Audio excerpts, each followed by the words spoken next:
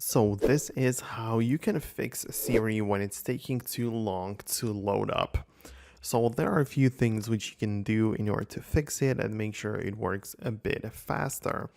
First of all is I usually recommend this to be done like literally the first thing if you have a problem like this, and that is to restart a phone.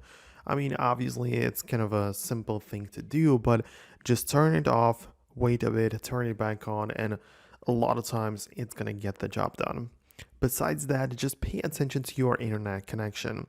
If you have the cellular as well as Wi-Fi, try to switch in between these two internet types, so one might be faster than the other, and it kind of depends on the internet speed if you're using the Siri, right? You can also just turn Siri off and on, like re-enable it in the settings software-wise. So when you open up these settings, then inside of the Siri section, it should be called like just Siri now or Siri and search in the past. You can toggle it on, talking to Siri or, enabling it and then disable, then re-enable it to perhaps make it work again, right? So that's something to pay attention to as well. You might as well just think about the low power mode of your iPhone. If your battery drops to like 20%, you'll be prompted to turn on the low power mode. But when this is turned on, it is like saving and conserving the battery life.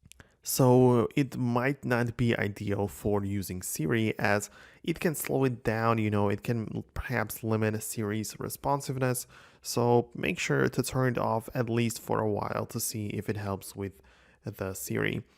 Besides that, you might as well just update your iOS. It's always a good thing to do, so go ahead and click on that.